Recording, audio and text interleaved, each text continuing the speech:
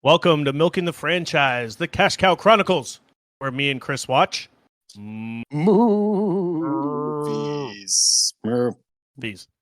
Yep. Hello, and welcome. At some point, Tanner, this show is going to devolve into us just mooing for an hour. No content, just if that. If we put our episodes into like an AI generator and said you create an episode, it would just be that, because that is the majority of it. Yes, it's just us making animal sounds at one another. So if this is your first time, get ready. If this is your first time, it will always also be your last time. Welcome to the show, Chris. How are you? I'm doing good, Tanner. Just enjoying the summer weather. Went to the pool today. Went to the city pool. It was nice. Wow. How much pee was in there? Well, you know, I like to think of my pools as half pee empty and not half pee full. More of a piss pool optimist, if you will. That is beautiful. How are you doing? Oh, I'm doing good. You know, just living the Beverly Hills Cop life. What can I say? Also, It's very hot here. So I'm sitting directly in front of the AC unit.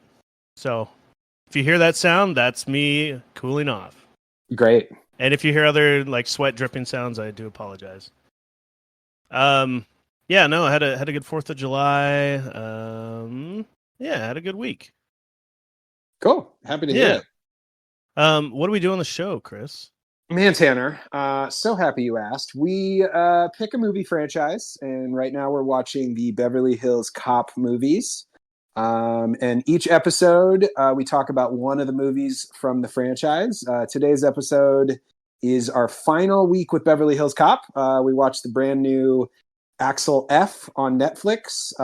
So obviously, like, lots of spoilers and all that stuff. And I would say before we get started, if you haven't watched it, maybe pause the show. I thought the movie was pretty good. So if you haven't seen it and don't want us to ruin all the fun parts, go watch that thing first and then come back. It's like, you know, get the order right.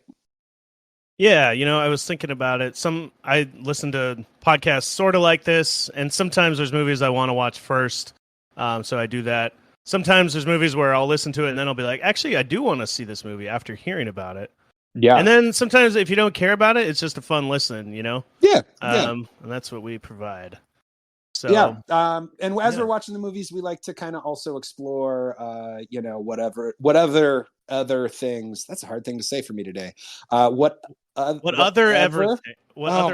now I'm in my head about it. Whatever other things we could find that kind of go along with the IP. And so, especially when we were hanging out with Garfield and doing Ghostbusters, there was a lot of other stuff to explore. And I think you've got a little video game for us today that we'll talk about at the end of the show. Is that true? I did. Yes, I played the PS2 game, Beverly Hills Cop. So I'll talk about that at the end. Cool. It was, I won't spoil it. But thank goodness. Anyway, thank goodness. Yeah. Little teaser. Little tease. You got to hang on till the end. It's kind of a fun way just to kind of like live within a movie franchise for a few weeks. And, we come in and we see what we can and then we move on to something new. So this is our last week with Axel Foley and the Beverly Hills PD. Absolutely. Another thing we like to do at the top of the show. So we have these surveys that go along with every movie. So we want to get people involved in playing along and making jokes with us. And, it makes it a lot more fun when you follow along. So we have a survey from last week's movie, Beverly Hills Cop 3. And then in the show notes for this episode, you'll find one for the Axel F movie that we watched today. And then next week, we'll read the results to that one. Got it? Good. So click on that link and help us make some jokes. Yeah. Yeah. Alrighty. So let's see. Beverly Hills Cop 3. We watched this last week. It took place in a Disneyland-esque theme park called Wonder World. Mm-hmm. So we asked you your favorite Wonder World attraction or character. And it was really cruel of you to put none of the above, to not put that as an option. The movie last week was kind of bogus. But yeah, let's dive in. Bogus is a good word. Yeah. You picked the Okie Dokie Elephant. You loved the Okie Dokie Elephant. Well, I mean, that's the one that does the Okie Dokie Shuffle. Come at me, bro. That's true. I picked Uncle Dave because apparently he also does the Okie Dokie Shuffle. That's true. Okay. Yeah, we got our Okie Dokie Shuffle on lockdown here. Uncle Dave is the Walt Disney character who played a major role in the movie for some reason. Yes. He's very involved with the day-to-day operations of his major theme park. Uncle Dave, most bizarre part of Beverly Hills Cop 3. So there was a lot of changes to the formula. They didn't do the Axel Foleyisms really. The soundtrack wasn't as good. Eddie Murphy stopped laughing the way he always laughed in the 80s. And then the craziest part, though, we found was this gun called the Annihilator 2000. That was just an over-the-top massive gun that was a gun and a rocket launcher, but it also had like a boombox and a microwave on it and all these other things. Insane little gadgets, yeah.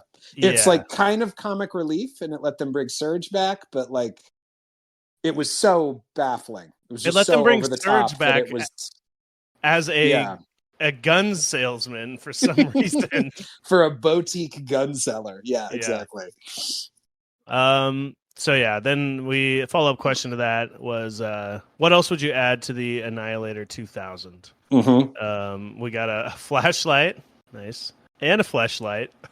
Get them both, you know. It's only one letter away. An air fryer. Mm-hmm. And then AI, they put that shit in everything.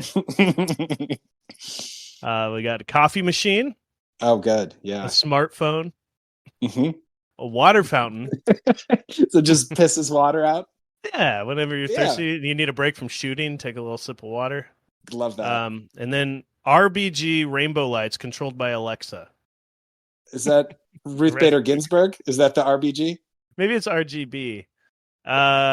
It's just, you know how you see like streamers, or I have it a lot on a bunch of my stuff, like my keyboard. It's like the rainbow effect. Yeah. Okay. Lights on everything. That's cool that Ruth Bader Ginsburg invented those. She puts her name on all her inventions. That crafty inventress. Next question here. What other awards do they give out at the 17th annual National Association of Private Security Agencies? It was an award show that they went to in the third movie, and it was it made us laugh that it was so specific, and yeah. And they've been doing it for 17 years. Yes. The privatest dick. Oh, the award. That's a good one. Sorry. Out of context, it's funny too. Yeah. The award that they were doing was like Man of the Year, right? Mm-hmm. The yes. Security Man of the Year, but yeah. Then we got Top Cop, Power Bottom Cop. Go with the Top Cop. Got one of each. Yeah, that's a joke on a joke right there. I like it. Man of the Month, because there's a Man of the Year, but you don't want to leave out the guy this month. Yeah, maybe somebody had a better June than Ellis DeWald. It's true. He had a better overall, but his June, wow, weak June. Yep. Then most private agency. I like that one. Most busts. Is that busts. What? How are we using the word busts there? Arrests, like but drug also busts and stuff. Yeah. Okay. Most busts. Okay. Yeah. Busting makes me feel good. Well, it's a Beverly Hills movie. It could be like yeah. Little TNA. Oh, most busts. Oh, I wasn't even there, but I'm right there now. Word can mean a lot of things, Yeah. All right. So this next question, there was a running gag for Rosewood's new position in the as a cop, and he has his own thing where he's multi-jurisdictional. It's the DDO JSIOC. And they did say what it stood for, but we didn't write it down. We asked you what it stood for. We got Dewey Decimal Operative for the Jumanjification of serious inquests of considerable importance. I needed an I at the end, so importance is in parentheses. You just added an extra letter. Jumanjification, did I get that right? Yeah. Mm-hmm. Oh, no, wait, that's Jumanjificarian? Or was Oh, that you're a right. That misspell? was a typo on top of a ridiculous made-up word. So it's supposed to be Jumanjification. Yeah. Oh, good. I figured when I was reading through it. Yeah. I'm trying to figure out what it is, but what is the Jumanjification? Like, what is that? It's where something that shouldn't come to life comes to life, and when that happens, there's a red alert at the theme park, and then a light blinks in his office. So, like, okay, it's so very specific. Yeah. He's in charge of any time something comes to life that shouldn't be alive. Yeah. That's kind of a cool why he gets job. that cool hat. Mm-hmm. Actually, you know what? I just thought of like that could be some cool like sci-fi show where every week somebody's busting a crime of that nature. Mm-hmm. Starring Judge Reinhold. Then we got Don't Do OnlyFans. Judge subscribes if OnlyFans cans. I like that one better. It's more concise, more succinct. I don't know. I struggled. And we then put that question on the survey, and then both realized how difficult it was to come up with anything that made sense with that many letters. So, thank you for your patience on or that had one. any relevance. Yeah. Yeah.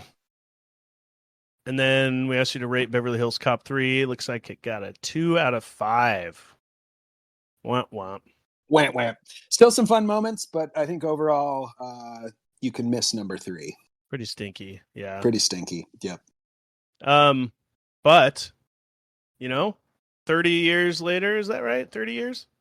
Yeah, 94. Yeah, 30 years. We get a sequel, a 4th sequel. Woo! I feel like sort of fixing the mistakes, but not forgetting number 3. It definitely is canon.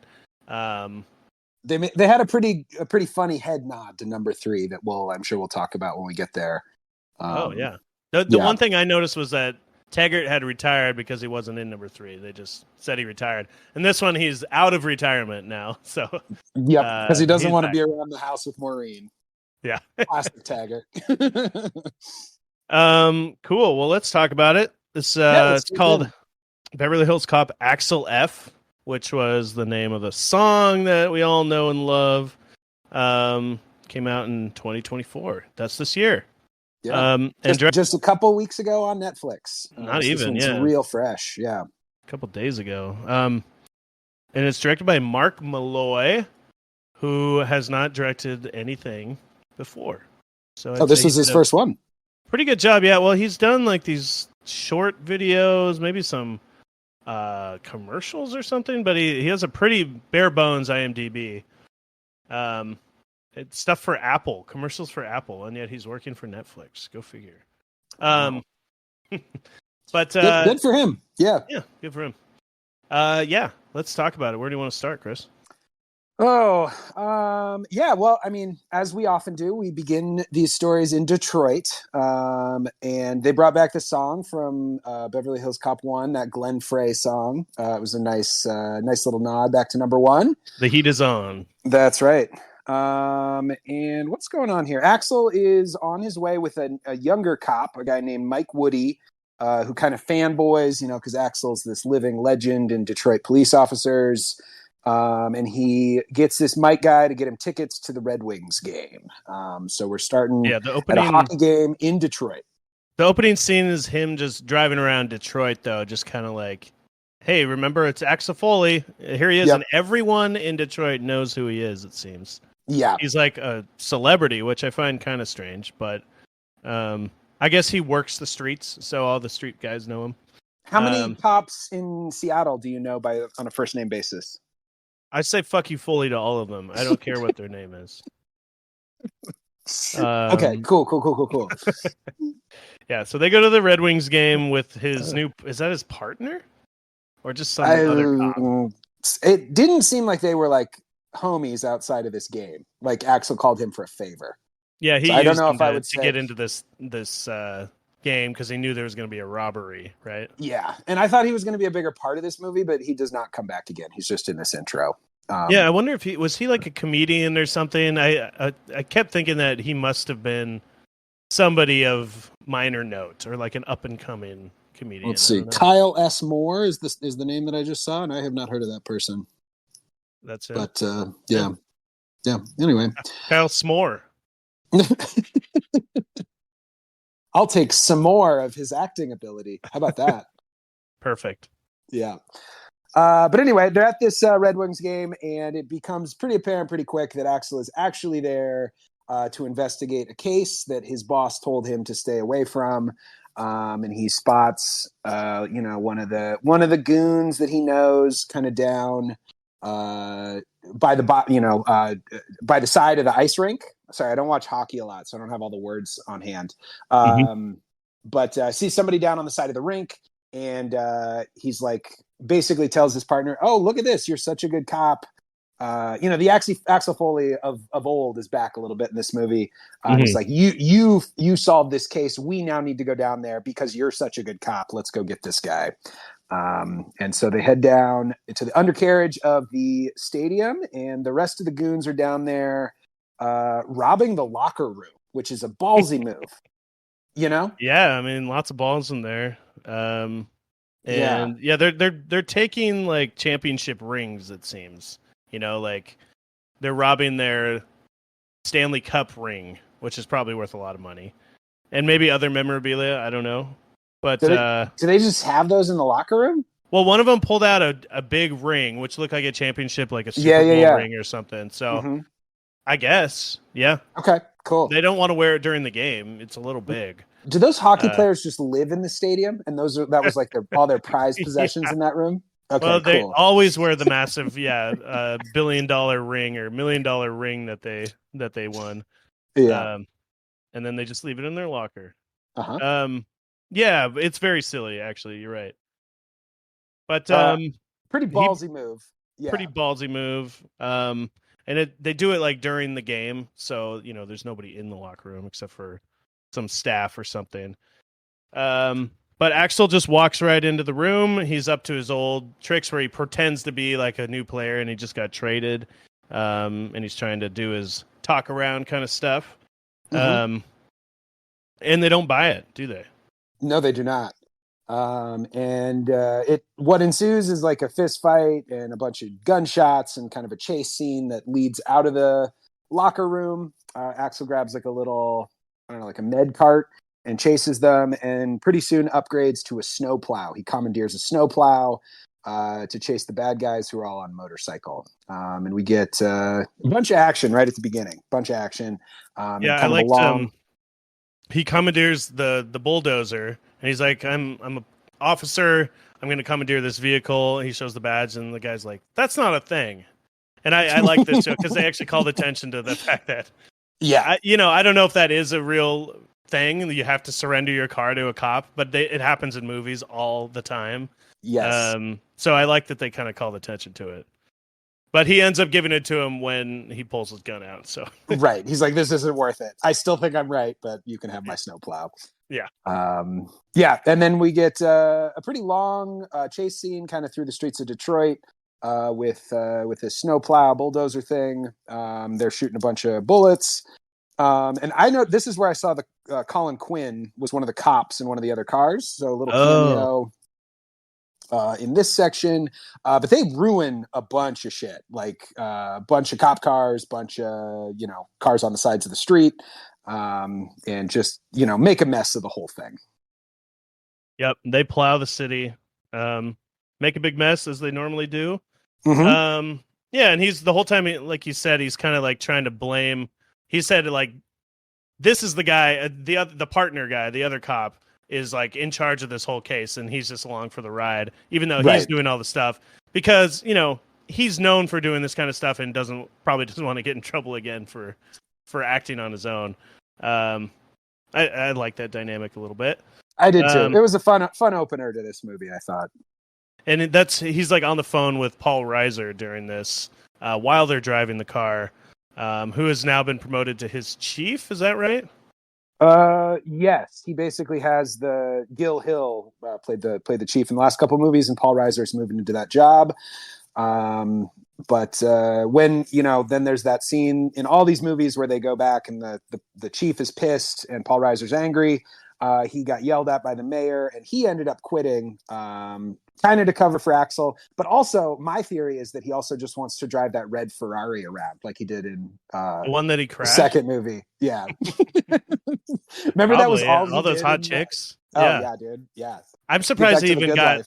It's one of those things in this movie, like that guy would not have made it to this chief position. You know what I mean? Oh, definitely not. Taggart either in the other in Beverly Hills. I feel like he was too crotchety to become that. Although I don't know. Everyone's got their promotions, in the Mhm. right spot. So, Yeah. yeah. So what happens next, Chris? Let's see. We also get a little bit of background. One of the things that this movie added is Axel now has a daughter named Jane, and it's very clear from the beginning that there's some issues there, and so that's kind of the emotional core of this movie is Axel trying to kind of like reconnect with his estranged daughter who lives out in L.A. And Paul Reiser's trying to get him to like just go apologize, just talk to her. So he's the one kind of getting him to like, try to make amends with her. Yeah. It's you're not too old. You don't have to. There's plenty of time. No, he says the opposite. You think that there's plenty of time, but go do it now. Go make amends while you can. Yeah. Yeah. And we meet her. So in the TV show that they tried to pitch, Axel has a son. I'm assuming they just are wiping that from the franchise lore, right? Yeah, I mean that never happened because we got to see it because somebody released it years later, but it officially didn't ever come out. Right. So in this one, his daughter's played by Taylor Page, who I hadn't seen in anything before, but I liked her in this. She's a good actress, and she's playing a lawyer in Beverly Hills, and we see her go into a prison and interview this kid that got arrested as a drug mule. And in the sting that got him arrested, there was an undercover cop that got killed, and the murder of this cop is kind of being put on this kid named Enriquez. They talk about him throughout the movie, and this case with the drug smuggling is kind of a big part of the driving force for this plot. Yep, and she's representing him as a defense attorney, and they're trying to blame him for killing a cop as part of the charges here. But when it shows her like leaving work after that, and she gets into her car and in the parking garage, and some guys come out and attack her wearing. They said masks, but I feel like it was just like pantyhose over their head. What did you think of that mask? Yeah, it was kind of. I mean, it wasn't the right color for pantyhose. It was like white pantyhose. Yeah. But yeah, that was kind of it. Just the squished facial features and. At first, I thought it was a mask, like a human mask with hair on it, but then I realized it was just their hair, right? I mean, if you think about it, Tanner, is that a mask? Aren't we all human masks with hair on it? Oh, that's deep, dude. Yeah, that's deep. But is that a mask? Like if you put a pantyhose over your head, or like is that a mask, or is that? You know what I'm trying to say? I feel like a mask has facial features on it. Oh, I see what you're saying. Rather than just like a sheath over their head. Yes, so they're wearing sheaths. It's just harder to say. Maybe that's why people use mask way more. Anyway, so they attack her, and what they do is they attach her car to a winch on the back of a tow truck, and they knock her backwards out of the garage to scare the shit out of her. Pretty cool little scene of the car falling out and stopping, and she is thoroughly scared. Yeah, and it all kind of comes back to this case that this Enriquez kid that she decided to defend. She thinks that the cop that he was working with, the undercover who got killed, might have been dirty. But there's obviously some people that don't really want her poking into this case, or they want Enriquez to kind of take the fall for this dead cop. Yeah, anything else from that scene, or should we talk about Billy Rosewood? Yeah, so she, later that night, Billy shows up at that same crime scene. Yep. And she's all shook up, but he comes and talks to her, and says that, well, I guess they're like friends, right? She calls at one point Taggart, even Uncle Taggart or something like that. So she's like Yeah. really close with Axel Foley's Beverly Hills Cop friends, and like they even say something like Rosewood was the reason she got into all of this, and that, I don't know. Rosewood says that he quit the force and now he's a private investigator. Yeah. But yeah, they're all buds. I don't really have any specific information except for Rosewood then also calls Axel and gets him involved. Yep. Yeah. Lets him know that his daughter is kind of in trouble. But he has found the evidence that he needs to clear Enriquez, and then says, "I gotta go." And this reminded me a lot of that phone call that Bogomil made in the second one. Where it's just obvious this guy's about to get like kidnapped or something bad's about to happen. But they hang up the call, and Axel decides he's going to head towards the airport. Yeah, I didn't actually pick up on that part of it, but it does show him before Axel leaves, like going on like a solo covert mission at the docks, right? Yes. Yeah, that's where he's taken. It's where he calls him from. Okay, yeah. Does he get caught right there? Or does the scene just kind of end and you don't know what happens? I mean, somebody pops up behind him with guns. So I think like the implication is, he's caught at this point. Yeah. Gotcha. And we don't see him for quite a while, unfortunately. Yeah, I'd say that's maybe my least favorite thing about the movie. Just right away is that not enough Reinhold in the center of the movie. You know? Yeah, I love his energy. He's so fun in these movies, and there's a huge, strange. He's hour and a half long chunk of the movie that he's just not in. Yeah. But we'll talk about it at the end. So Eddie Murphy is leaving. He gets dropped off at the airport by Paul Reiser. I don't know his character. I'm just going to keep calling him Paul Reiser. I think that's fair. Jeffrey Friedman. And there's a pretty funny little joke about them joking about how old they are. I don't know. I thought the humor was pretty good in this movie. I was actually like genuinely laughing out loud at several moments. Maybe more so than any of the movies. I'm not going to say it's the best one, but I actually found it to be pretty funny. More laughs than most. I agree. I think it did a good job like setting the tone for this movie. Like the laughs were funnier.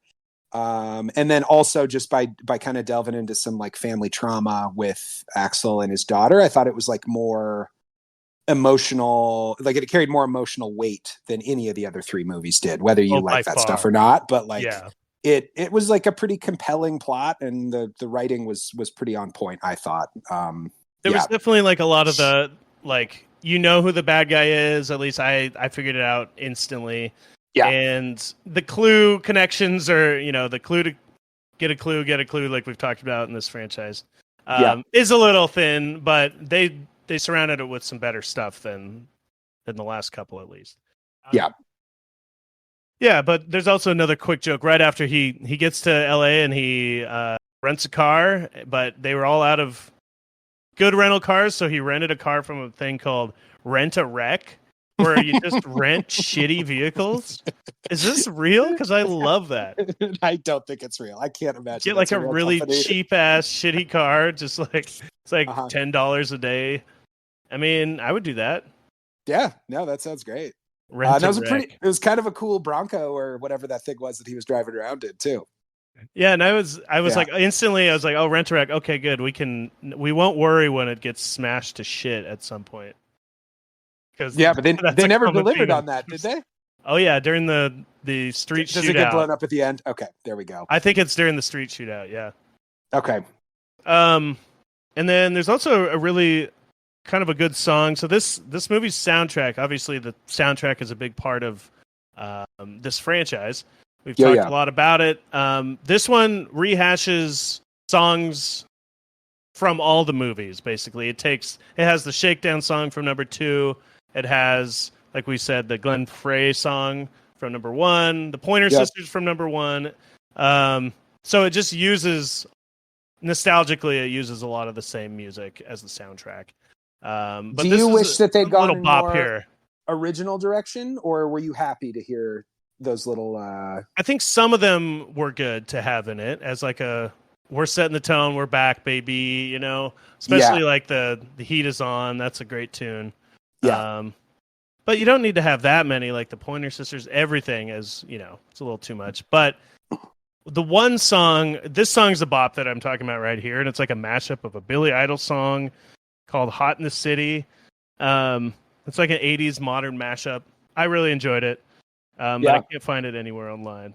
But they did make an original song with Lil Nas X, using the. Did you listen to it at all? I don't know which scene is that playing over. I'm having a hard time placing the Lil Nas X song.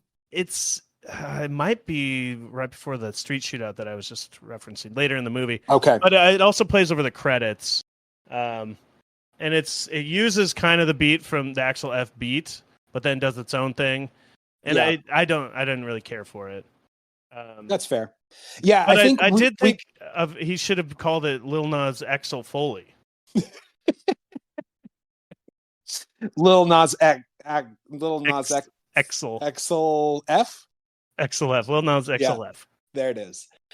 I agree. And we talked about this a little bit off mic before we started recording today, but one thing that I do miss from the first couple movies is when they cue in the Axel F song, that super iconic thing in the earlier movies. That was like oftentimes like a scene transition. You get a couple minutes to just kind of bop along with the song.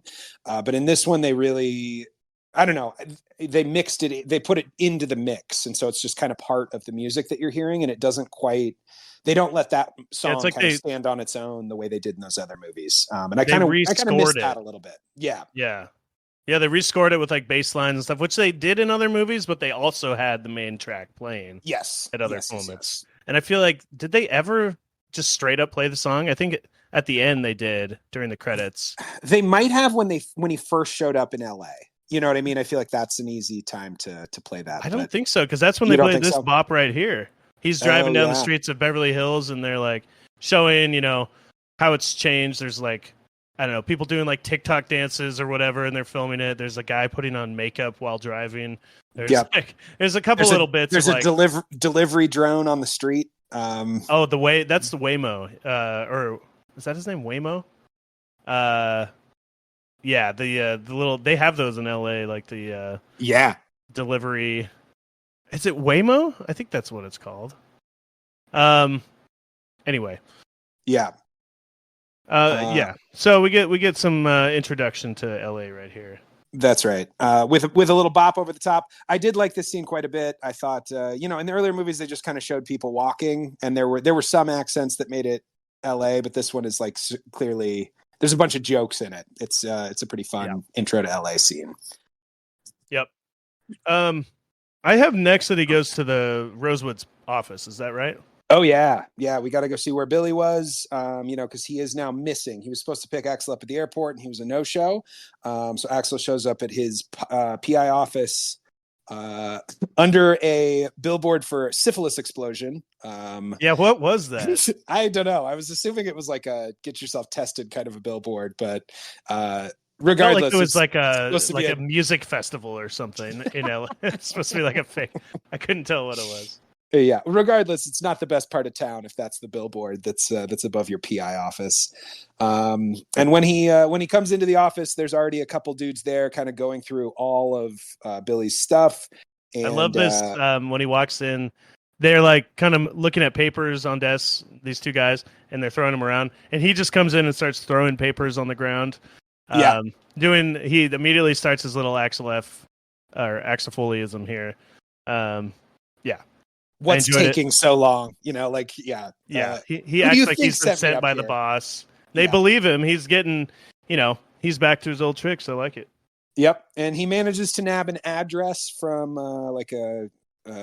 from a journal that's sitting on Billy's desk, and that's going to come back in a little bit later. And he's found out pretty quick when the boss guy shows up, and he's like, "Who's this dude?" And He fire extinguishers those dudes in the face and splits out the door, and makes his escape in a little parking enforcement cart. We got our first clue, Chris. Yeah, we sure did. Yeah, he goes up to the meter lady and tries to commandeer her car, and she's not having it either. But he steals it anyway, and then she pepper sprays him, and there's him driving away with pepper sprayed eyes, and she's hanging off the side of the car, and eventually he like knocks her off, and they're chasing him in this tiny little meter lady car, whatever they're called. Yeah. And then I felt like the pepper spray didn't come into play at all during this scene. Really, did it? Not really. You're just supposed to like empathize with him that he's in a lot of pain. It's a very low stakes chase scene, but it didn't really affect his driving. I feel like he would have been fucked up from it. Yeah, for real. Like blinded. Yeah. Yeah. So the Pointer Sisters song is playing during this chase. They're chasing them cars, and he's going all through the city in this little thing, down some stairs, and then ends up crashing on it the sidewalk. Yeah. He has to be a little creative to escape, full cars with full size engines. But yeah, he ends up crashing this thing, and cops surround him. He gets arrested. And there's some funny little dialogue between him and the two officers arresting him about their Lego car. I thought that writing was funny. But yeah, he gets dragged off to the police station. So, kind of by the numbers to this point in the movie. Starts in Detroit. He shows arrested. up he gets arrested in Beverly Hills and taken in to meet the police. Yeah. So he sits down with Joseph Gordon-Levitt, who plays Detective Abbott. And yeah, he's kind of the new young cop on the beat. And he doesn't really know much about Axel, except for he's got all these files where he goes through, and it's like, you've been to Beverly Hills 3 times, and he basically references the first 3 movies, once in 84, once in 87, and 94, which was a little nod to those sequels. Yeah, and the one, and after he goes, and in 94, and that wasn't your best work. He said something like that too, which is I thought was a nice little head nod to, kind of how everybody involved with the franchise kind of views that third I thought they were gonna like ignore that one, because you know how a lot of times in these reboot things, they'll like, if there's a bad sequel in there, they'll just like, we're just ignoring that sequel altogether. Mm-hmm. But I'm glad they didn't do that, because that's, even though it's not good, they're just just own it. Yeah. Mm-hmm. Yeah, own it. Who cares? It makes this one look better in comparison if you own it. You know what I mean? Oh, definitely. Set the bar nice and low. Include all those dumb sequels. So yeah, he mentions, let me talk to Chief Taggart. So you find out here that Taggart has not retired, or he's back from retirement. And Joseph Gordon-Levitt still hasn't connected like how any of these people know everyone yet, but he is being charged on 2 counts. He picks his handcuffs at one point, and could he do that in the old movies? Pick his handcuffs? I don't know. They made sure to add it here because it like comes into the plot a couple times later on. But did we see him get out of handcuffs? I don't remember him ever doing it, but it's a very cool common trick. thing. Yeah, I don't know how he's doing it. They never show like, does it? He doesn't have like a paper clip or something. That's like the common thing you'd see in a movie, right? He just seems to just jiggle them around, and he's out of them. I know. What if they forgot to lock them? That's every time. They just forget to lock them. Every time he's like, "Oh, got him again." They forgot to lock him. Yeah. So he needs to call his lawyer. He gets his phone call, and he calls his daughter. She hangs up on him 2 or 3 times, and there's some funny bits there where he's like, he's getting mad at them for saying that the phone's not working, even though she's hanging up on him. Yeah. And he's like blaming them for their phone being shitty.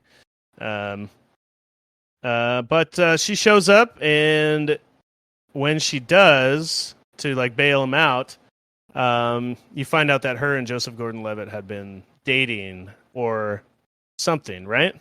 Yeah, they have a complicated like romantic past together.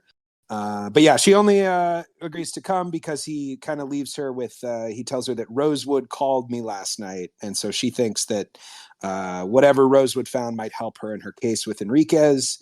And so she comes reluctantly. And yeah, we kind of get a little bit of the backstory that they dole out throughout the movie. We kind of find out that they had dated. He asks, have you two had intercourse? Yeah. That's not awkward at all. Very blunt thing to ask your own daughter, who you're estranged from. You know? Yeah. But yeah, so then we get to see Taggart for the first time after this. Yep. And whose hair has gotten darker since Beverly Hills Cop 2. I don't know what he's Has using, it? but it looked darker to me. Looked like he was using hair dye. Probably. But yeah. it's good to have him back. I thought do he was like just that actor a bald lot. before. Well, yeah, but didn't he have like whites on the sides? I can't remember. Okay. Anyway, it's good to have him back. That's Hollywood, baby. Yo, yeah. And yeah, he goes into the office, catches up with Taggart. They have a big hug and catch up a little bit. And like we mentioned before, he kind of came out of retirement for this job, and kind of, complains about his wife a lot. Not a lot has changed with Taggart. But we also meet another character who's going to be pretty important in this movie named Grant. Cade Grant, who's played by Kevin Bacon. Chris, the minute this scene started, I knew he was the bad guy. Oh, of course. You don't get Kevin Bacon to just be a cop, I mean, I saw that he was in the credits, but I had I didn't know who he was playing.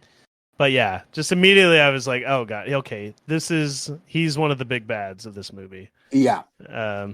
Yeah. I guess these movies that's never the mystery who the bad guy is, right? Right. It's always like it's stopping the bad guy. It's never really figuring out who the bad guy is. They give that away pretty quick in all of these. But yeah, you're totally right. They made it pretty apparent. And also, like, Axel on screen clearly didn't trust him. He's kind of set up to be the bad guy from this first scene. Yeah. But there's a couple things in this scene that I did want to mention. This comes up a few times. The other cops are kind of pissed at Axel because his daughter is defending a cop killer, right? Because this Enriquez kid is being charged with the murder of a cop, and so the other cops are not happy that she took this case. And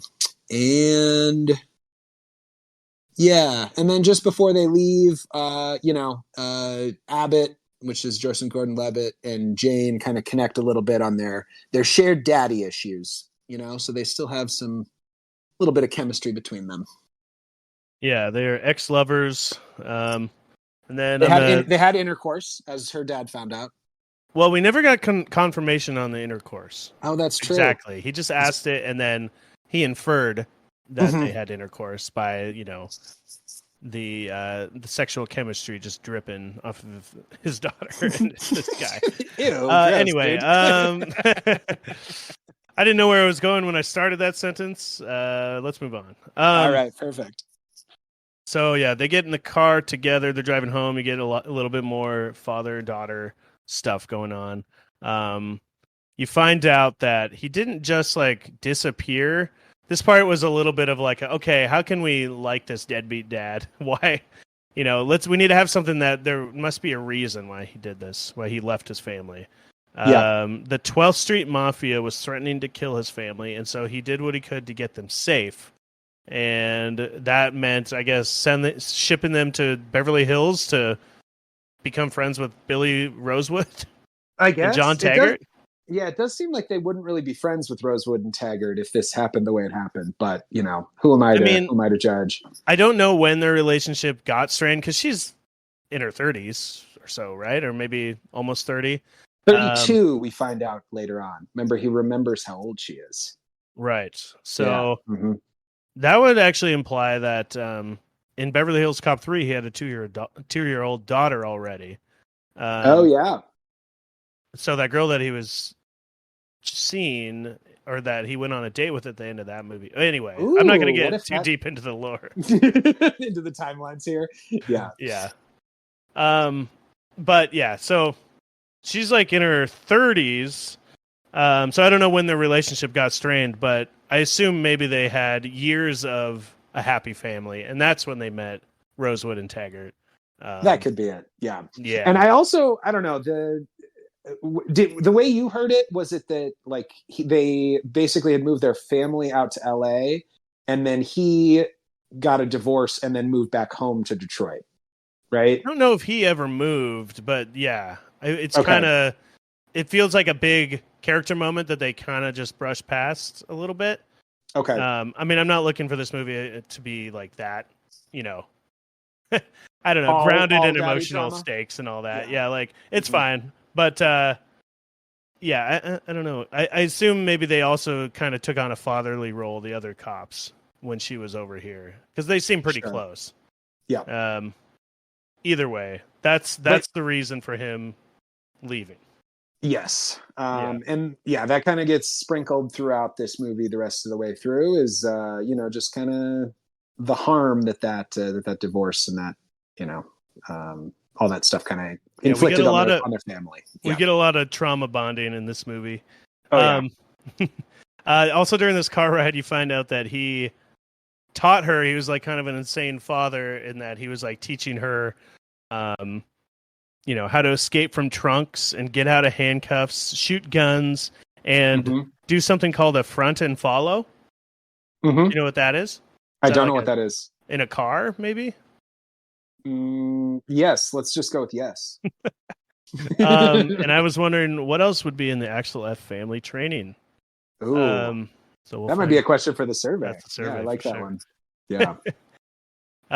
Yeah. So you get the idea that he tried to teach her to be like this badass cop, and she's kind of went the opposite direction. So yeah, what happens after that car ride, Chris? Yeah, we had a clue that kind of came up when they were at the police station. I almost said the cop store. That's not a thing. At the police station, we kind of find out that Rosewood there was a break-in or something. There's some connection to this impound lot where the car that Enriquez was found in was left at. So the undercover cop had this car, this guy Copeland, and the car is now at the impound lot. So they head over to the impound lot to kind of check out what's going on there. I don't really remember the exact clue that got them there. I don't know if you want to fill It that could have in at just all. been that it's his car. And they Okay. wanted to go check it out.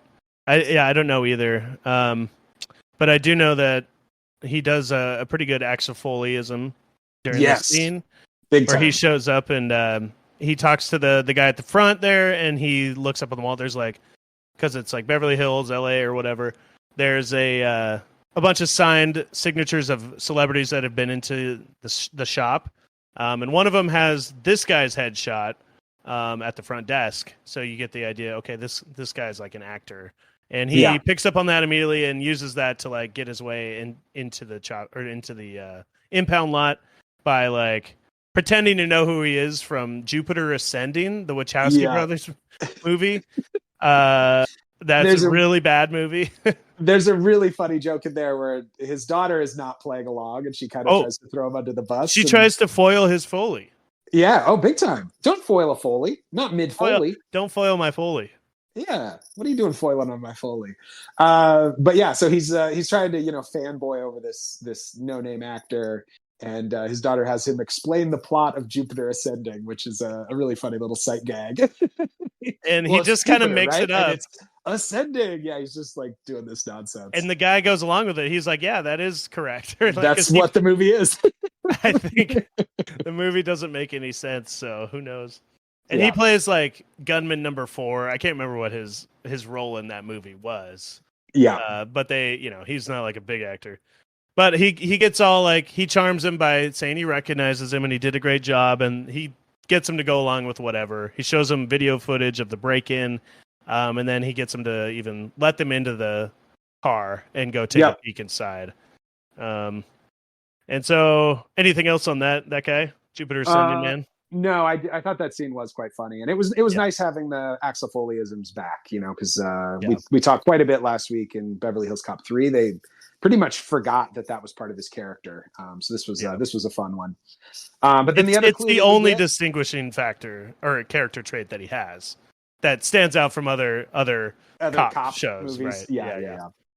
Yeah, and then the other thing in the car, they noticed that there was a video camera that had been installed behind one of the little what do you call those Air things? Like vents. air vents in the dashboard. But in the camera, the SD card is missing, and so if there was filmed footage of the shooting, it would be pretty easy to figure out if Enriquez was actually the shooter or if he's telling the truth and there was another car involved.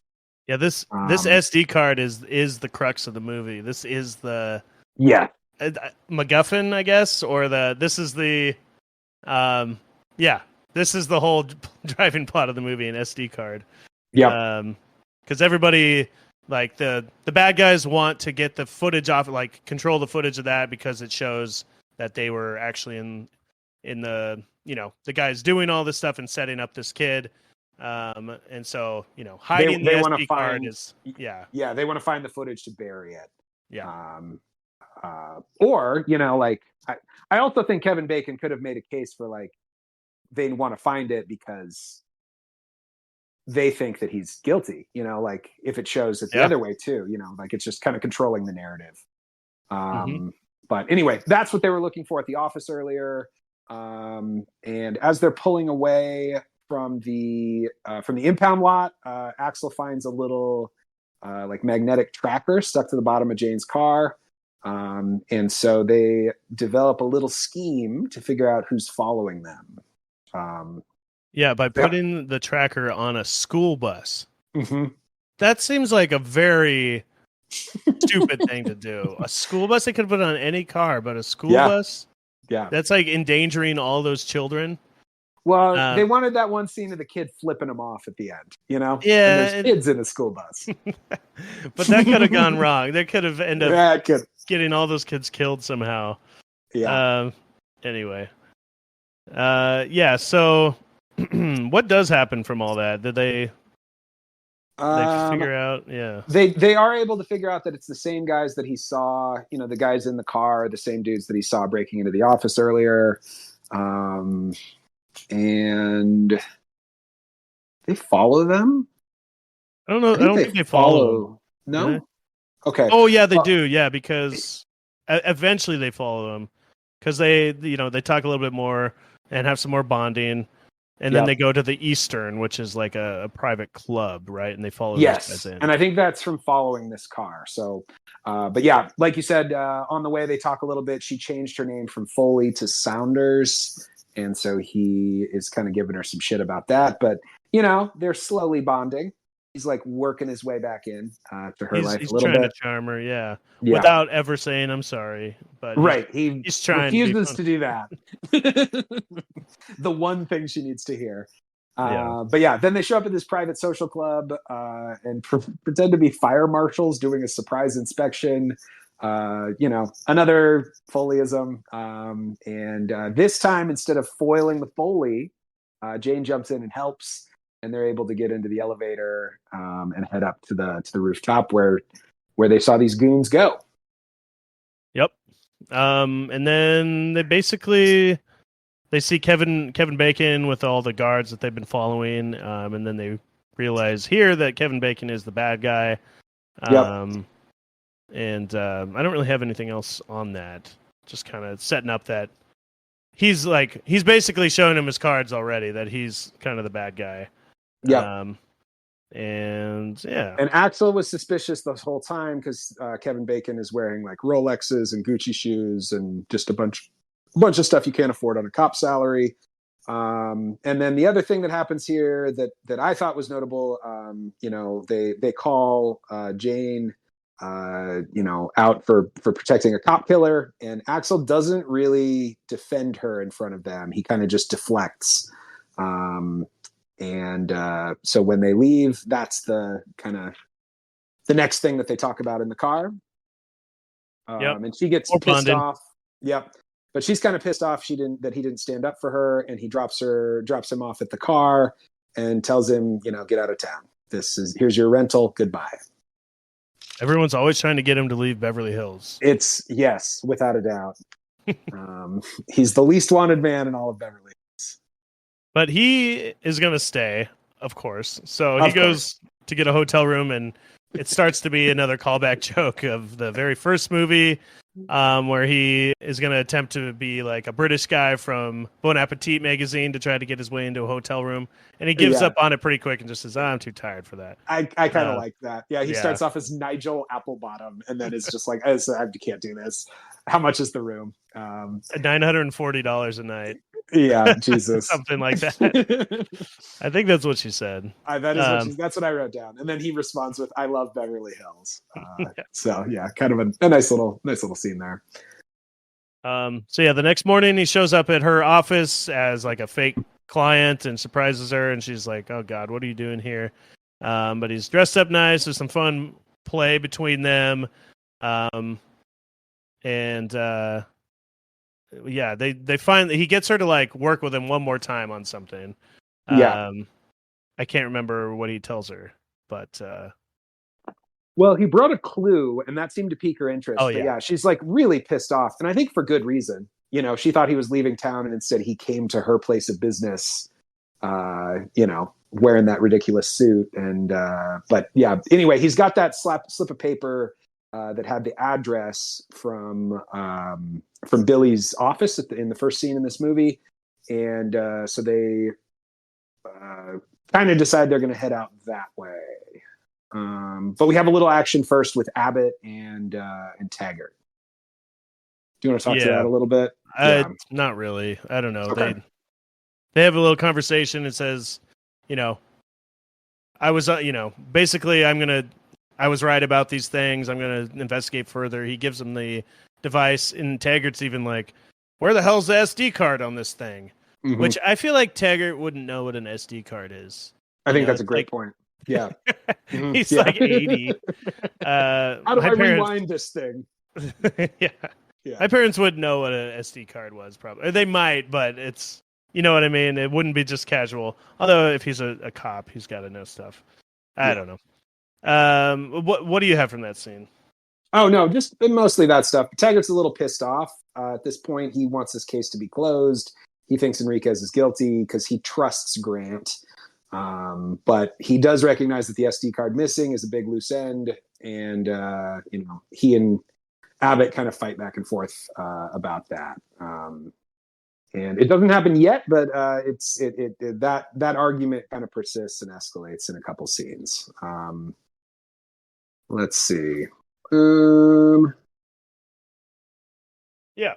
So after that, they are back out in the car, just kind of driving around. Him and I forget where they're going to, but it's Axel and his daughter and Joseph Gordon-Levitt. And they get attacked in the street by some scary tattooed face men, right? Oh yeah, real. Or maybe no, men. It's just him and his daughter actually, and Joseph Gordon-Levitt is following them, and they see that, and then all this goes down, and they end up together at the end of this. Yeah, but there's some pretty good gunplay in the streets here with these scary-looking men. What happens during this? Yeah, we kind of go back and forth. I did think it was funny, the truck that they came out of, it was like a florist's van, and it was like an old shitty one, and it said just roses on the side or something, but it just looked like an undercover van. Like I don't see those old shitty business. Yeah. Like you don't see those vans for anything except for in cop movies. Like there's somebody recording or like undercover in those vans. Yeah. But yeah, they pop out with a bunch of assault rifles, and Axel and Jane run and kind of hide. And right when Axel's about to make his move, we hear boom, boom. And Joseph Gordon-Levitt's character kind of popped up and took out the two bad guys. Kind of saves the day. Yeah. During this, his car rental gets fucked. This is the part where his car rental just gets destroyed. Mm-hmm. And Joseph Gordon-Levitt is kind of a badass. He saves the day several times, and this movie is back to the just kind of violence of the old ones. Yep. Some pretty good gunplay, exciting little scenes here. After that, you find out are they wanted yet or no? Maybe I'm not quite yet. I don't think. It kind of just it moves along at, I don't know. I'm not going to say a bad pace, but Forget what I'm saying right now. It's already forgotten. No, yeah, there's a lot of little bits of like plot that they kind of throw into a lot of these scenes. And so after the shooting, they go back to the station, and we find out that Billy quit because of this case. So I don't really understand his whole timeline. That was like kind of something that was complicated in my brain. Billy quit because of that case? It was because of the case with those hoodlums. They couldn't pin the drugs on them, and Billy thought that Grant switched out the drugs to get those guys out of jail, and now they're like doing him a favor. There's like a lot of little bits about these. So he was suspicious about gunmen. Grant the whole time. Yes. And there's suspicion over Grant. Taggart trusted Grant and ended up not listening to Billy, even though they've been partners for all those years. And yeah. So this is what I was trying to say before was we're getting a lot of just like information kind of leveled out through these just like kind of back and forth scenes at an office or in a car, stuff like that. And you find out here that Joseph Gordon-Levitt and the girl couldn't date because she couldn't date a cop, and that was a big problem with their relationship. Kind of just sprinkled in there. Also, during this scene, Joseph Gordon-Levitt, I think, or is it Axel Foley, asks if Taggart accuses Taggart maybe of being involved in it. I think it's Axel that does that, right? He's like, "Are you part of this?" And he's like, "How dare you? How fucking dare you say that?" And then he suspends Joseph Gordon-Levitt. Yes. Pending an investigation into the Copeland murder, which also seemed weird because he was supposed to be in trouble for like causing violence in the middle of the street. Who's Copeland? Copeland's the dead cop. Sorry. Oh, okay. Okay. Not an important character, but they do use his name a few times. So basically, Joseph Gordon-Levitt is now, basically he's suspended. He has time. And so he kind of joins the team. So now there's 3 of them. And they decide they're going to go investigate that, that address that Axel found back at Billy's office. Yeah. I love how in these movies that all the cop work that's ever being done is when they're like suspended or not actually on active duty.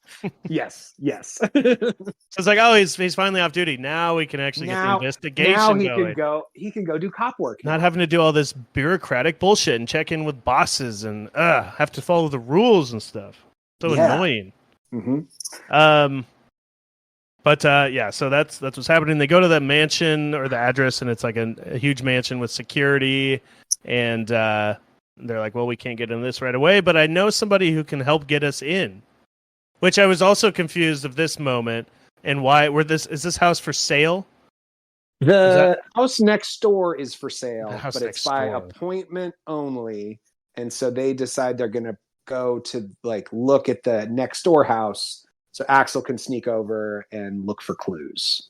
But they need a very because it's a very expensive house, they need to be like with some bougie looking person to help get them in, by appointment. Who do they call? Lucky for us, we know a bougie looking person. It's Serge living it up on his government military weapon contract money. The years of selling boutique weapons have treated him well. He's looking real Ken.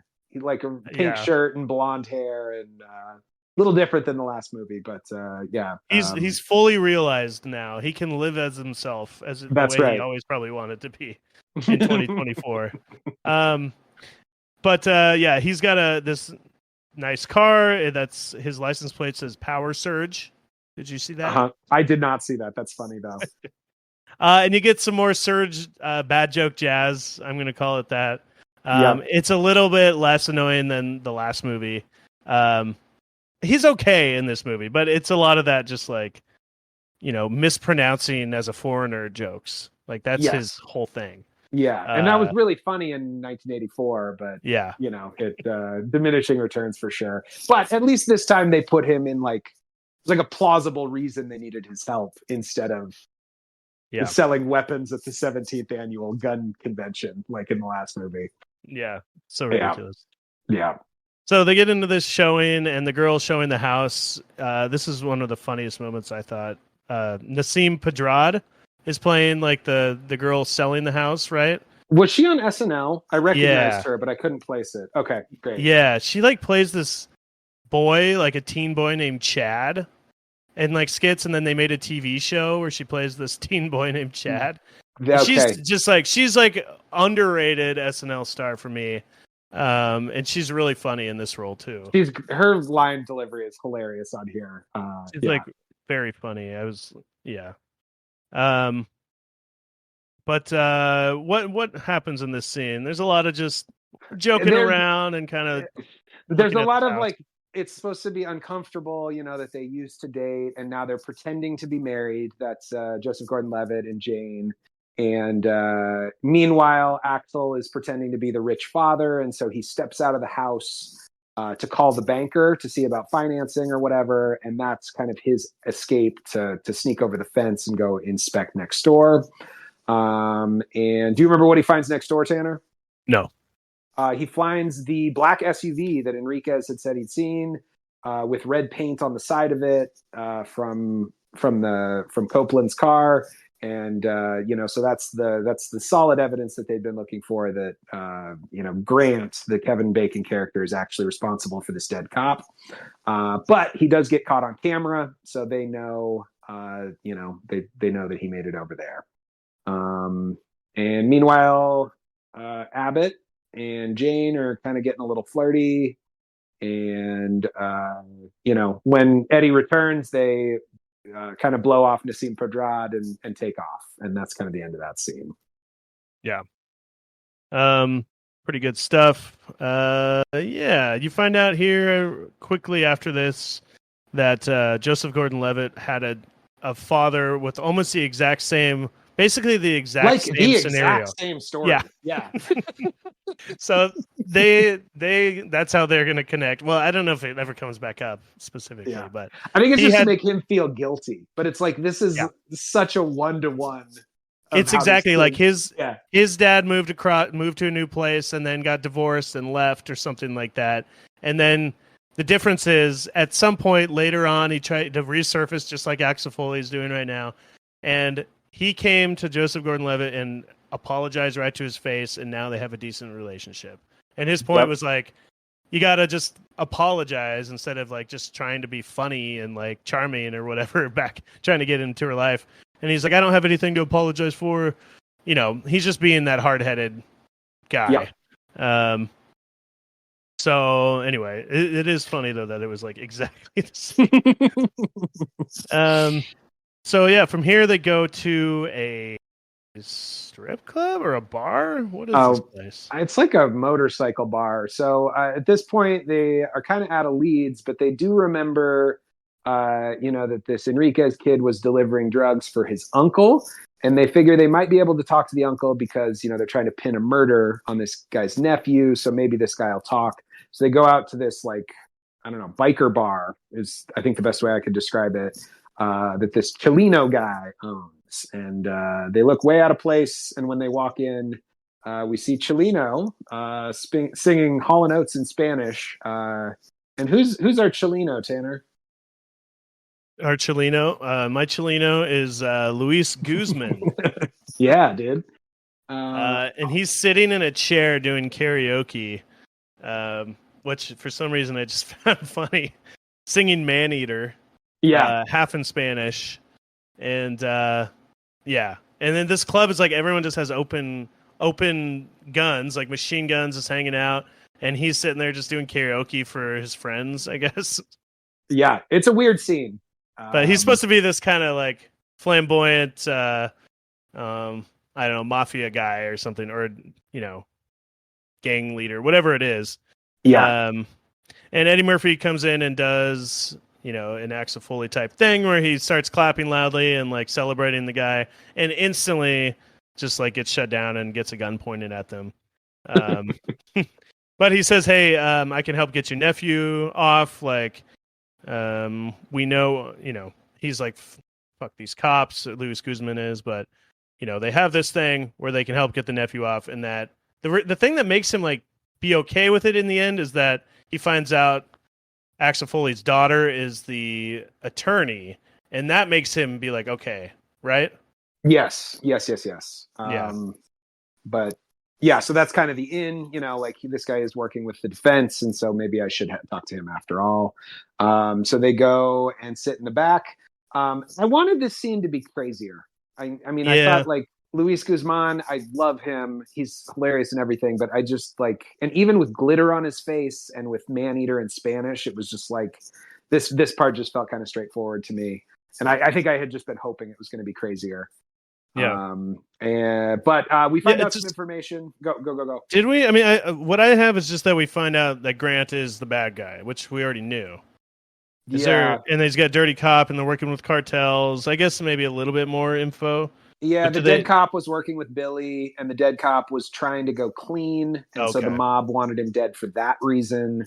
And I think we also find out that Billy was at the port where he got nabbed. So I think this is actually where they figure out where Billy is, so they're able to go rescue him.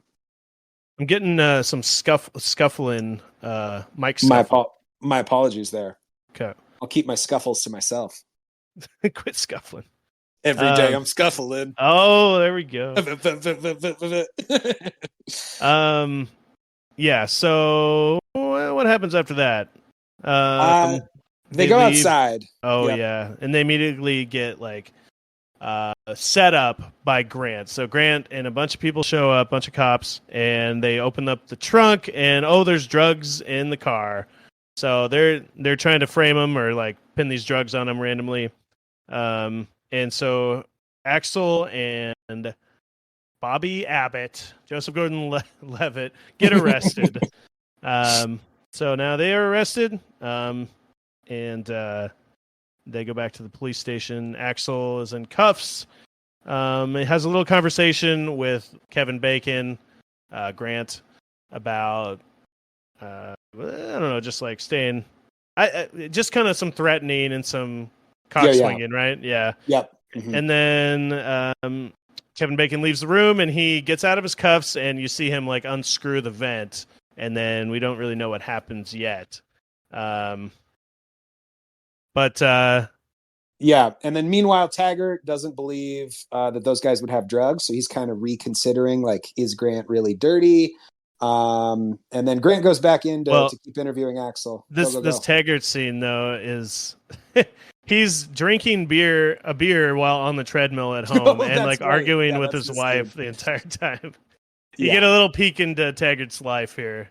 I don't think we'd ever met the wife before either. No, we get eyes on Marine for the first time here. Yeah, it's kind of funny.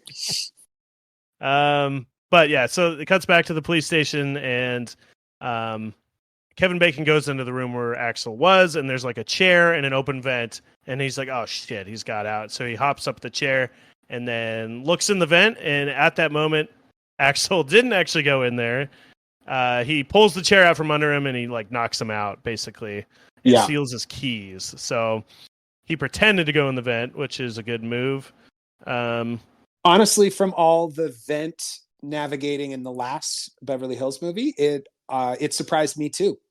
Yeah, I think they're like, let's like make a nod to the venting, the tons of vent work that we've done in the past, but not do it because that movie sucked. Yeah. Let's do a switcheroo. Mm-hmm. Yeah, this movie has a good way of like nodding at, past things without just totally rehashing. You know what I mean? Yeah. It does its own thing and new things, but like it subverts your expectations a little bit. Like it sets up that he's going to go climb through there, and then, it goes the other way. Yeah. What do I have here? Oh, they sneak around the gas station, and then did I say gas station? The police station. I almost called it a cop store earlier, so you're good, dude. You're still not the dumbest one on the gas today. Store. Yeah, so it sneaks around there. They get their guns and their badges back, and then they are escaping through the alarm goes off, and they're trying to escape, and they go up. Axel Foley goes up the stairs, and Joseph Gordon-Levitt's like, "What the fuck? Why are we going up?" They get up to the roof, and there's a helicopter there.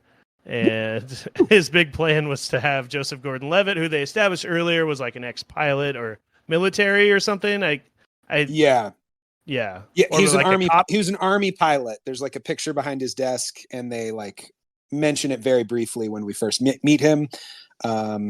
Yeah, but that's Axel's whole plan, is to steal a helicopter and escape that way. But what's the problem with that plan, Tanner?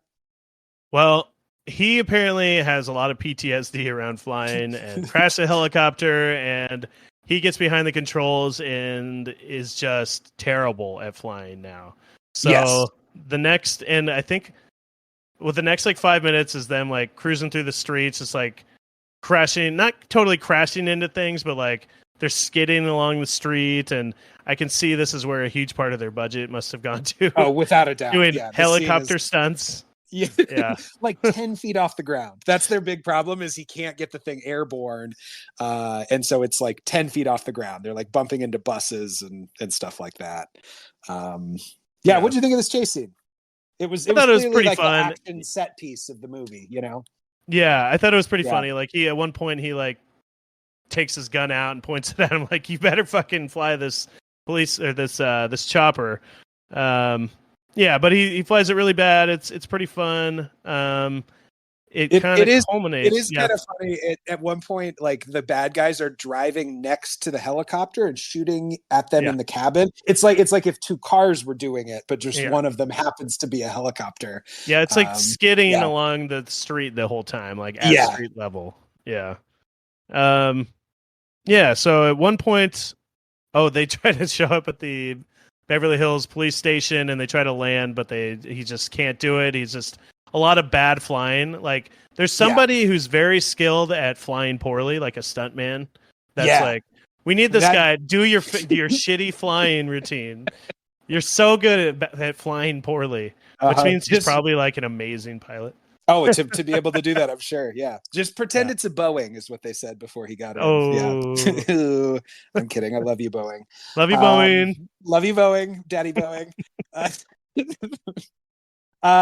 Yeah. And then also when they get to Beverly Hills, the police department, the cop store, Grant is also there and shooting at them. So they can't really land there. They have to go someplace else, and they don't make it very far.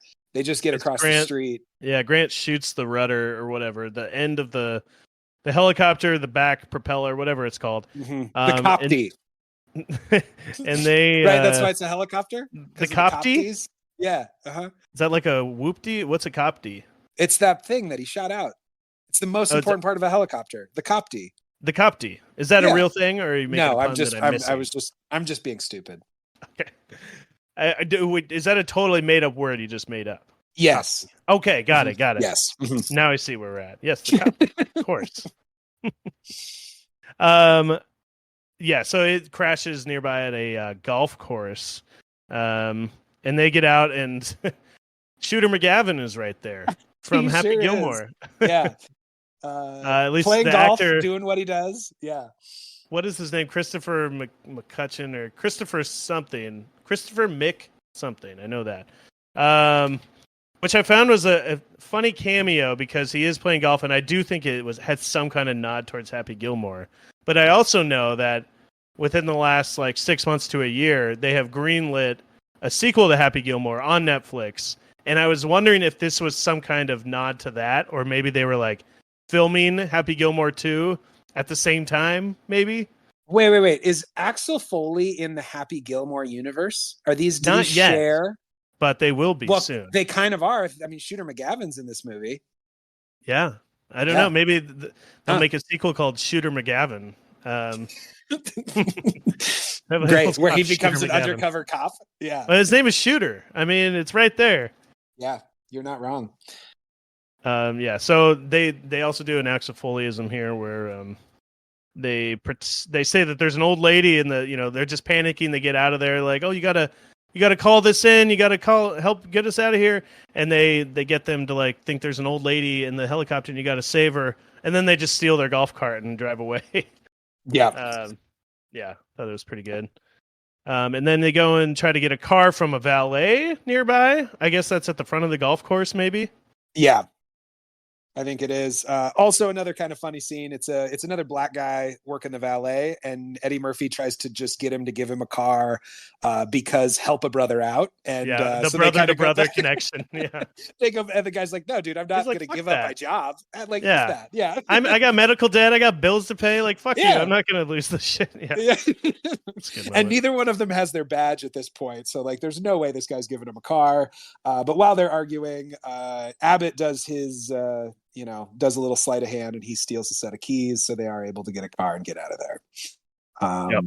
Yeah. Fun big action sequence kind of in the middle of the movie. And some good jokes in there too. Yeah. So the next thing I have is when they go back to the docks. Is that where you're at, or do you have something else? Yeah, I think that's about it. There's one little scene in here of Jane and Taggart talking together, and Jane is like finally starting to soften up about Axel. And This is where she calls him Uncle John. So I'm like, yeah, I mean, there's they're clearly a much relationship there. Yeah. So yeah, they show up at the docks. They're gonna go find Rosewood, I guess, or Mhm. did they? What is the clue that's taking him to the docks again? Do you know? The Luis Guzman's character told us that that's where he got kidnapped, Okay. and so they've just been holding him where he was kidnapped for the last like 4 or 5 days or whatever. Yeah. And luckily, they sneak up, and immediately they see him through a window, and are able to just open the door. And there's 2 guards sitting there, and Rosewood is like, he sees Axel, and he's like, okay, I'm gonna make up a lie and tell him where the SD card is. The SD card is a huge plot point. Remember? Yeah. So they're listening. It's really the like what's the Indiana Jones thing? It's like MacGuffin. That's what I said earlier. It's yeah. the big totally. Yeah, it's like one of those.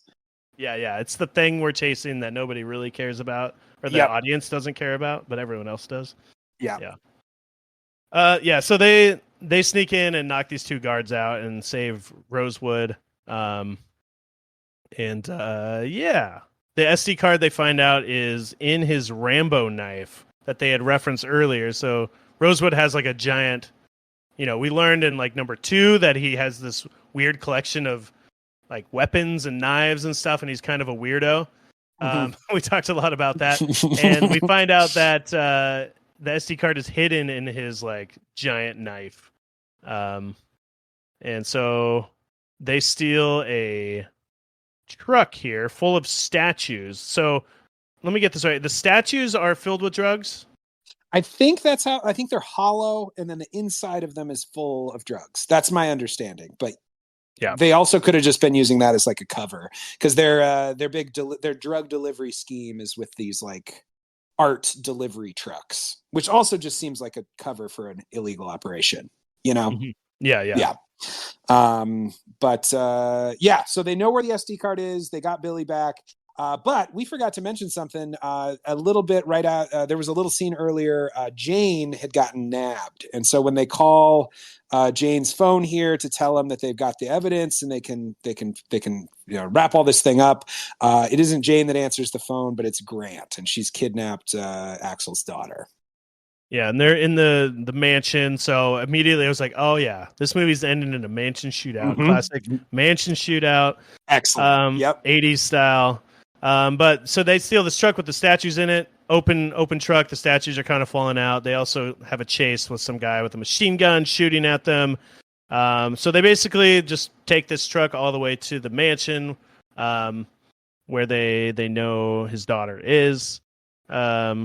And he calls Paul Reiser on the way there and gets him to like track the phone and make sure it doesn't go anywhere and exactly where it's at. It's at that address from before, right? Yep. And this is where we get the Lil Nas X original song, the Lil Nas Axel F song. I'm gonna have to listen to it more later, but there's a really funny moment that I liked with the calling for backup.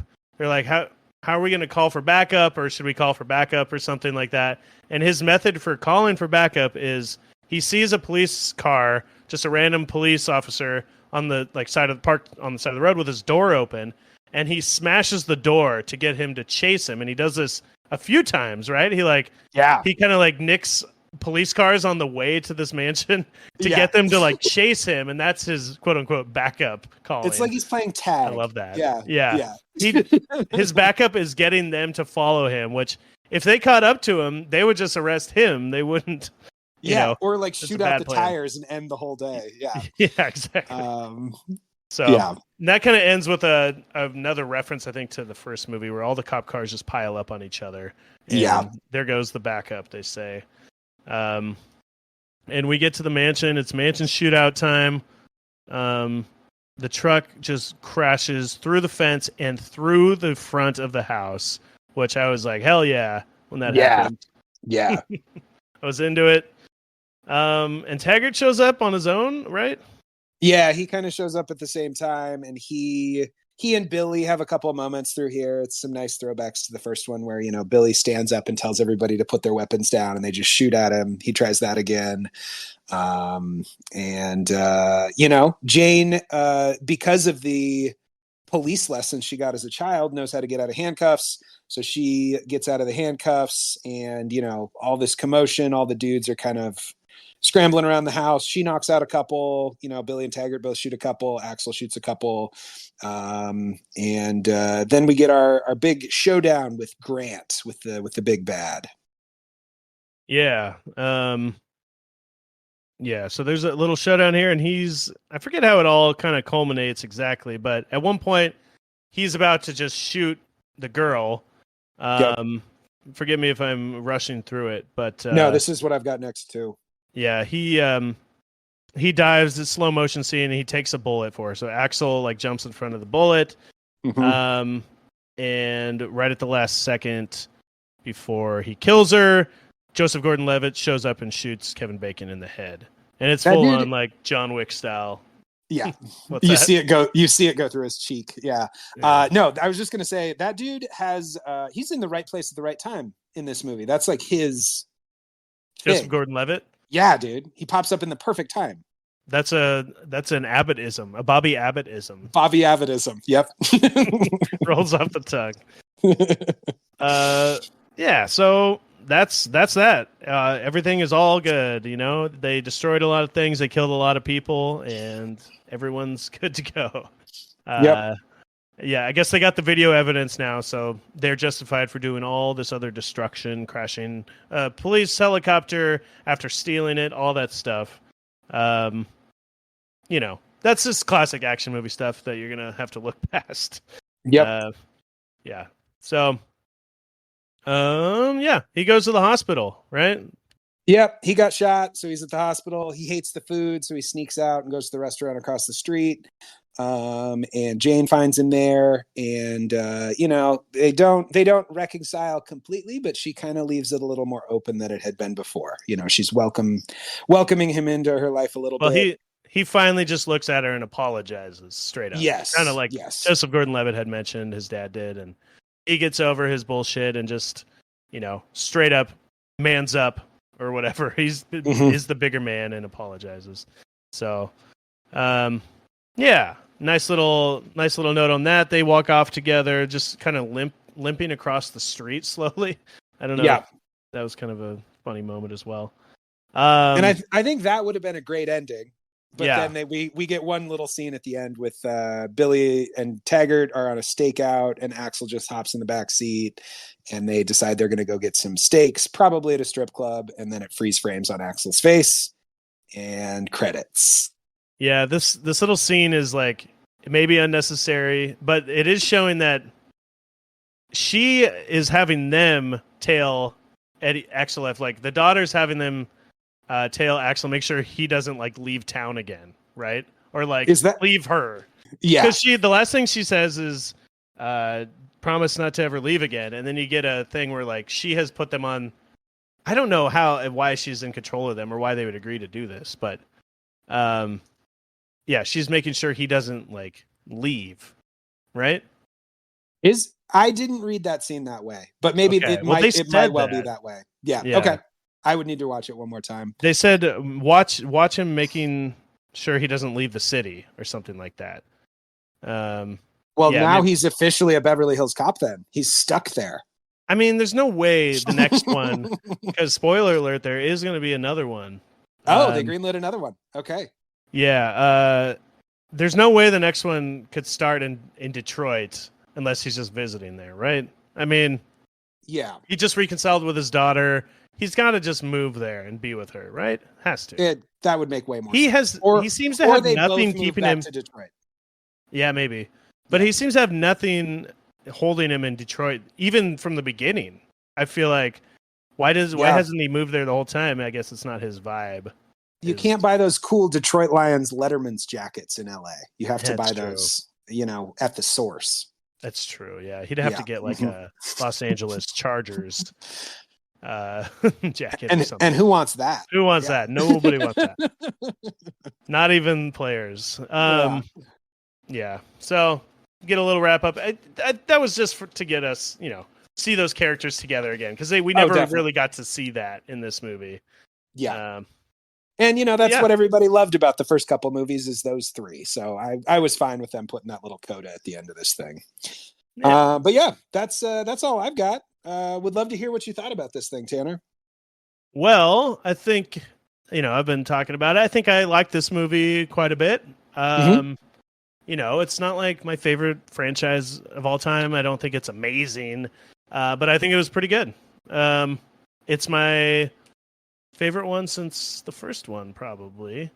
And maybe made me laugh out loud more than any of them all around. Yeah. I think there's more jokes than in the first movie. It may not be as like competent or fresh as the first movie, but I think there's more jokes. Yeah. So I liked it. What about you? Yeah, kind of the same. I think it's funny to think back because like we talked about how the first movie almost got turned into an Arnold Schwarzenegger movie, or not Arnold Schwarzenegger, Sylvester Stallone movie. And there was like going to be way more shooting and way more stuff. And so like, I really, this movie, the first Beverly Hills Cop movie, I think really kind of set the template. And the reason it didn't feel as fresh to us rewatching it is because there's been so many movies that have ripped off Beverly Hills Cop. You know what I mean? Like that one was the one that kind of broke the mold. And so, this one fits within that mold, but the writing is really good. And I like the emotional, the trauma bonding stuff that they added. I thought gave this movie made it a little more grounded and made it like, a little more engaging as a viewer. The jokes are funny. I did think like some of the police stuff was a little confusing to follow. Maybe because I'm stupid. They've all been that way though. Yeah. The clue to clue. Here's a clue to a clue to a clue. Yeah. We've talked about that. Yeah. And I did. I mean, putting Billy on ice for 3/4 of the movie. I wasn't crazy about that because he's one of my favorite characters in these movies. I think those are my complaints, but I mean, honestly, especially compared to the last one, like such minor complaints, and overall this movie is a ton of fun. I was, pretty pleased with it, watching through it the other day. Yeah, absolutely. Yeah. Did you want to shout out any beef or MVPs or anything like that? Oh man. Specifically, I think my beef, I'll just start, is just the lack of Judge Reinhold throughout. I'm thinking the way they ended the movie with those three together. If the fifth one does officially get made, I feel like they got to have more of them together. Even though it's not quite the same now that they're all old, but it's still good. Especially Taggart. Taggart's lost a lot of his energy, I feel like. And then that's my beef. My MVP is just going to be Eddie Murphy for, bringing it back. I feel like he was the funniest he's been in a long time, so I liked it. Yeah, I agree. He's great in this. I don't know. I like the new actors too. I thought the girl that played Jane did a great job, and Joseph Gordon-Levitt was pretty fun as like I don't know. I think he was effective in his role too. So lots of good stuff to enjoy. I think just like it. Yeah, a lot of like little pieces of information you have to kind of track if you want to really follow the police plot that they're doing. And then the lack of Judge Reinhold through the middle of the movie would be my beef with this. But overall, pretty fun movie. All right, Chris, where would you want to see the next sequel go? What do you Oh want from? Do man. you want it to just be another case? Do you want it to expand and get bigger, or do you think it's good to end there? I mean, I think, yeah, I mean, I feel like they found some new stuff to talk about. Like all the family stuff in this one gives this series a little more legs, I think, than just deciding a new location to send Axel Foley to. Um, so yeah, I'm down for the sequel. I'm excited to see it. I think, yeah, probably just it starts where this one left off. We get a little more Taylor Page, Joseph Gordon-Levitt stuff, and the three dudes working a case together in L.A. Yeah, I mean, I think that this movie showed that there's still stuff you can do with these characters. What would you think? Yeah, I think it was a nice little throwback to like an '80s movie. You know what I mean? Yeah, Which I feel like we don't get enough of these days. But they definitely like had the same feeling. It was obviously a modern era, but it had just the violence with like a lack of any oversight of being like getting in trouble for all this destruction, that kind of stuff. Where like we don't we can suspend our disbelief with all that kind of stuff. yeah, Um, yeah, so I thought it was a pretty fun like adult action movie. And oh yeah, as far as a sequel goes, that's what I was trying to say. I think yeah, I don't know. It's hard to say. I do like when things end when they're before they get too milked. You know what I mean? yeah. Um, and I don't. It's I would again. hope It's in the sequel we don't see Bronson Pinchot. Like they don't yeah. feel like they need to give us all the little nods back to the old ones. You can just do another one. I would Well, what hope if that they. it's what if it stars Bronson Pinchot Oh, instead? it's Serge the movie. Well, they have a whole spin-off, all that now it's going to spin off to a whole bunch of different movies. We got a JGL movie. Yep, yep, We got yep. a Judge Reinhold movie, Maybe all the maybe a stuff. Kevin Bacon origin story. Some more Cade Grant Yeah, we action. go back in Yeah, time. We get to see what happened with Paul Reiser and the Ferrari. yeah. I'd love to see like maybe just like a oh god, what is it? Like the Honeymooners style 50s comedy with John Taggart and his wife. How about that? Hell yeah, hell yeah. Send her to the moon. Right? Isn't that It's what they said in that old like show? yeah, to the moon. Yeah. It does. He does kind of have that energy, actually. What was like it's like that Marvel show that they made that was like the old sitcom. They could do something like that. Oh You know yeah, what I'm talking about? the WandaVision one. WandaVision. Yeah, yeah. Yep. Mm-hmm. No, I don't know. I guess just another similar tone movie. Yeah, stay away from too much nostalgia now that they've relaunched it. Yep. And we'll see. I But keep guess the writing good. The I'm kind of the like jokes were funny and the dialogue was quick. And I think those my things we're good with it. like to the answer the question. Do I want a sequel for this? I'm just gonna say we'll see because Fair. I'll watch the next one if it sounds good and make my decision after because it sounds like we are getting one. So this is where I normally do the box office bits. But it was released only on Netflix. So its budget was $150 million, which I mentioned earlier, which is a huge budget. Yeah. And, its box office is, well, it's ranked number It's a one on mystery. Netflix. Okay. It's ranked number one on Netflix. So that's its box office. Which, I just can't understand how that's is profitable to the streaming services. And I have heard things of like all these companies are just hemorrhaging money and like spending and spending. Like that's a huge budget, and I don't think it really warranted a $150 million budget. Do you? Like most of the No. stuff is pretty grounded.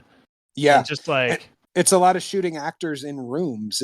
Like there were a couple big Yeah. set pieces, but I have to imagine the paychecks on this one is large for some of Yeah. these people, especially Eddie Murphy. But I did hear that they confirmed that Jerry Bruckheimer confirmed that the fifth film is in development. So who knows if it will make it out of, past the early stages, but yeah. It seems to be popular and people are liking it. So there'll probably be a fifth one. Let's see. Do you have any? Oh, we got to do our rankings, Chris. Unless you have Yeah, anything dude. else to say on Axel F. I don't know if I have anything else to say on Axel F. I think we hit all the spots. Do you have anything else, or do you want to jump into Nope. the rankings here? Great. Let's do it. Yeah, I think for me, number one, or should I start at the bottom? Whatever We'll you want. we'll start at the top. I think the best one is still the original Beverly Hills Cop. I think this one is my second favorite, the Axel F, the 2024 one. Third movie would be Beverly Hills Cop 2, and then Beverly Hills Cop 3 is the worst one by a country mile. So I think that's my 1, 4, 2, 3. Yeah, 1, 4, 2, 3. Also for me. Yeah, this is pretty good. I think I said that the second one was like as good as the first one when we watched it. And I still kind of thought that was true. It's just like as like a new viewer to the franchise. Sure. I thought it was pretty good. But this one was probably, like I said, funnier than all the other ones, but I got to give the first one credit where credit's due as being the mold breaker. So that one goes at the top. Yeah. But I do think this one was a funnier movie overall. Yeah. I think that's going to wrap it up on that, except for I got some milk to talk about. Oh, yeah. Quick. So we'll transition to that. The milk portion of the show is where we talk about other IP and the milking of the franchise specifically.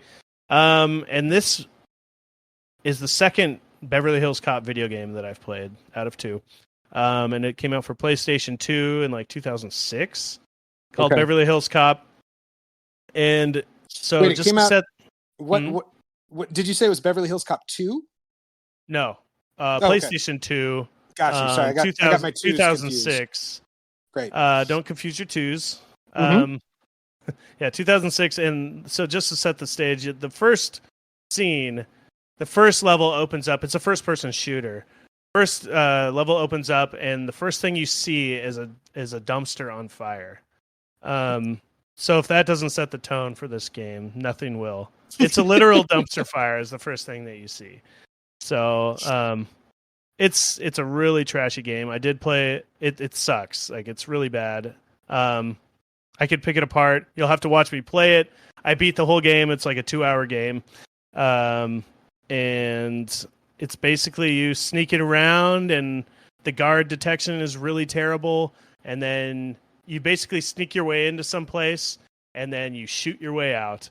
Okay. And there's like little lines. There's no dialogue no voice dialogue throughout. There's some text stuff where it says Axel saying it. And one of the lines I wrote in the first level where he says, "You just ordered yourself a tall glass of dead." So that's the level of writing we have here. Okay. Isn't that a great line? That is really bad.